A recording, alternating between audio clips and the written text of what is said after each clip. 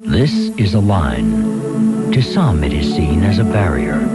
To others, it's a point where traditions of the past are abandoned in favor of visions of the future. Is that a Supra?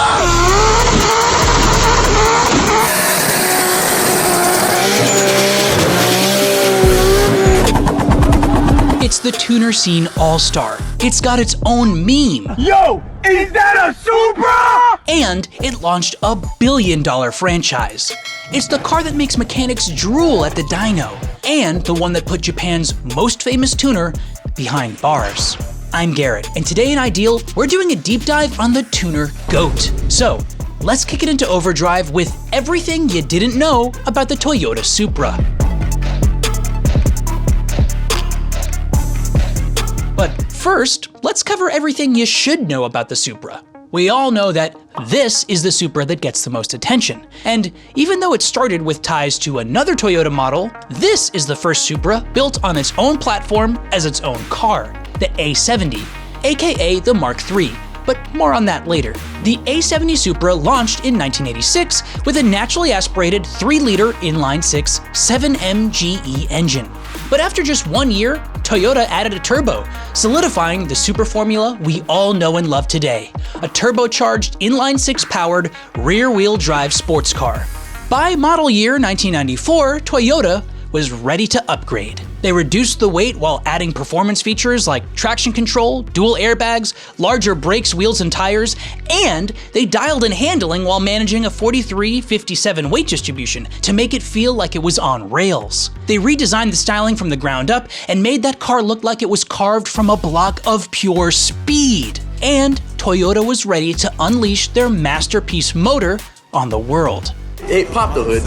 Pop the hood? Pop the hood. The 2JZ GTE. If there's any one engine you've heard of by name, it's probably the 2J. It is formidable in its stock twin-turbo form, pumping out around 320 horsepower. But the reason tuners lose their minds over the 2J is its tunability. It is ridiculously over-engineered.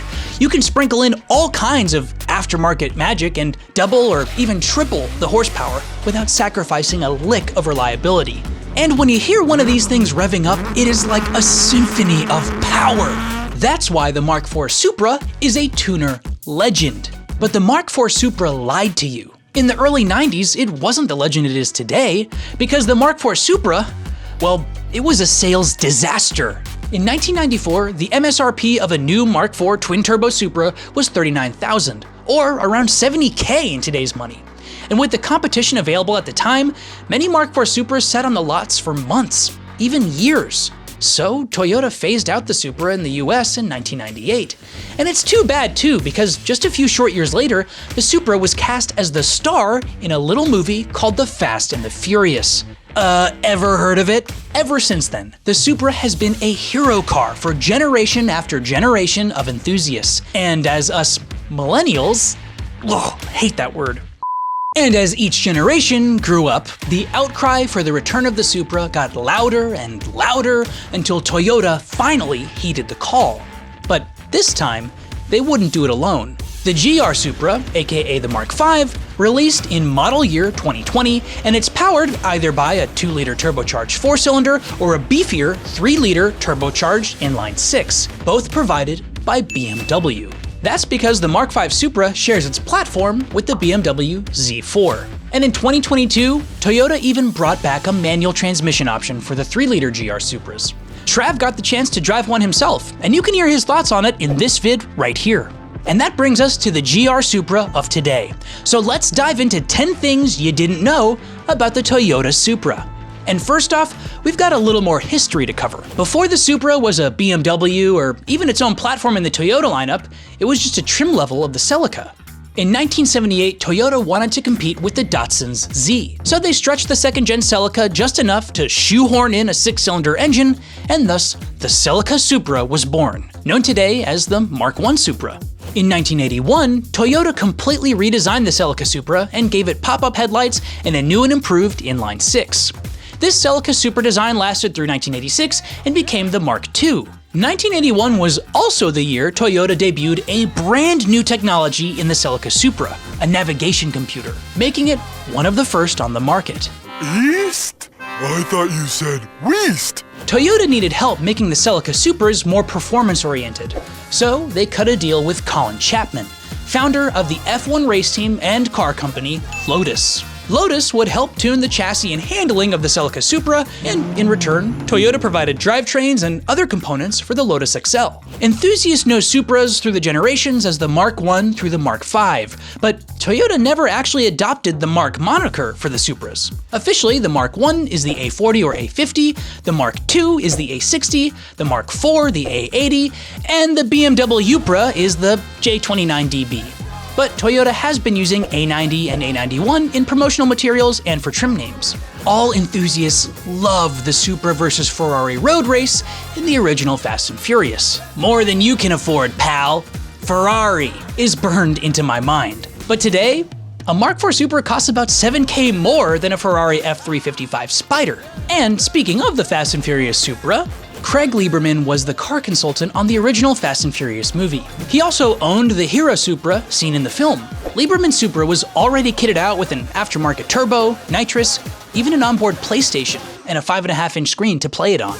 Universal just changed the wheels, wing, and gave it the iconic orange and green livery to make it movie ready. And then they got 7 more Supras to do all the stunts. Now for another highly modified Supra. Smokey Nagata is one of the most legendary Japanese tuners. The man's obsessed with 2 things and 2 things only: doing massive burnouts and going fast as heck. His lady friend manages the turbo boost from the passenger seat. What a pimp. While on a trip to the UK, he brought along a 900 horsepower Supra and attempted to take it 200 miles per hour on public roads. Even in the rainy, wet conditions, Smokey still hit an insane 197 miles per, setting the unofficial record for fastest speed on public roads in the UK. Now, predictably, this stunt got Smokey arrested, and he was banned from the country for 10 years. After his UK stunt, Smokey wanted to push the envelope even further, and he did the unthinkable. He ditched the 2JZ. In its place, Smokey swapped in a V12 from a Toyota Century and hooked that up to twin turbos. The Century Supra hit over 222 miles per. During the near 20-year hiatus, Toyota teased a Supra return multiple times. First in 2007 with the FT-HS hybrid sports car concept, and later in 2014 with the FT1. You can see how the Mark V's design evolved directly from the FT1. To celebrate the Supra's revival, Toyota introduced a Supra stock car for the NASCAR Xfinity Series in 2019. And yes, while the NASCAR Supra isn't really a Supra in any sense other than the body shell, it still represents Toyota's commitment to the return of our favorite tuner legend. And it made way more sense than the Camry body they were using before. And now time for the Ideal Supra to buy, brought to you by the Ideal Car Strategies. Brand new free workshop to learn how to make money driving your dream car down below. So, what is the Ideal Supra? Well, I'm glad you're here because I'll let you in on another Supra secret. The A80 Supra RZ and GZ are the JDM equivalents of the US market Mark IV Supra Turbo, and they can be found for around $50,000. And don't worry, you're still getting that coveted 2JZ GTE engine. It's just tuned to 276 horses instead of 325 horsepower. And guess what? It's a 2J, so you can safely boost it to the moon and back. You just have to get used to right-hand drive, which means you have to back up through drive-thrus, or go pick up a Mark V manual. It's a blast to drive, has that German 2J, and we think that they're gonna hold value extremely well. So, there you have it on all things Supra. Let me know what you think of the new GR Supra down in the comments below. And since you're here, why don't you check out this video, where Trav explains why the 2JZ is a supercar destroyer. Or watch whatever YouTube recommends down there. Otherwise, I'm Garrett, and whatever Supra you're smoking Ferraris in, just remember to keep on living that ideal lifestyle.